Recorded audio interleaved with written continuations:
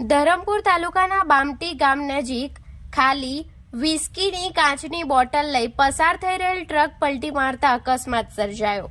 ધરમપુરના બામટી ગામે જલારામ મંદિર નજીક બનેલી અકસ્માતની ઘટનાની મળતી માહિતી મુજબ કાચની વિસ્કીની ખાલી બોટલનો જથ્થો નાસિક ખાતેથી ભરી વડોદરા જવા માટે રવાના થયેલ ટ્રક નંબર GJ16AW1096 બામટી ગામ પાસે આવતા સામેથી અચાનક વાહન આવી જતા ટ્રકના ચાલકે વાહનને બચાવવા જતા સ્ટીયરિંગ પરનો કાબુ ગુમાવ્યો હતો અને ટ્રક રસ્તાની બાજુમાં ઉતરી ગયા બાદ પલટી મારી ગઈ હતી।